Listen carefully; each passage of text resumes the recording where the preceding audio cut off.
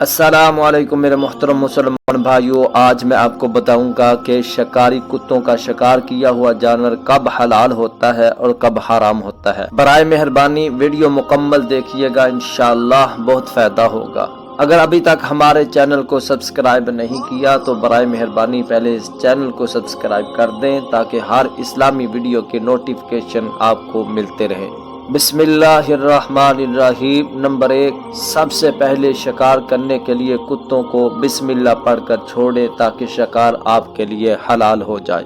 Number 2, अगर बिस्मिल्लाह पढ़कर कुत्तों को ना छोड़ा गया, इसकी 2 सूरतें हैं।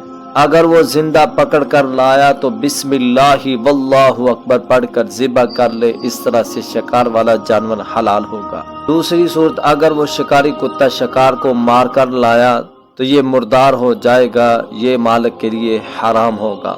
नंबर 3, अगर शिकारी कुत्ता शिकार किया हुआ जानवर इस हाल में लाया कि उसने उसमें से कुछ खा लिया है तो उस वक़्त वो जानवर कुत्ते के मालिक के लिए हलाल नहीं होगा क्योंकि वो अपने लिए लाया है। नंबर 4, अगर शिकारी कुत्ते ने शिकार के जानवर को नहीं खाया तो इस सूरत में मालिक के लिए हलाल होगा क्योंकि वो तुम्हारे लिए यानी कि मालिक के लिए लाया है। नंबर 5, अगर शिकारी कुत्ते के अलावा दूसरे कुत्ते भी शामिल हो गए तो उस सूरत में शिकार किया हुआ जानवर मालिक के लिए हलाल नहीं होगा क्योंकि पता नहीं किस कुत्ते ने इसका शिकार किया है।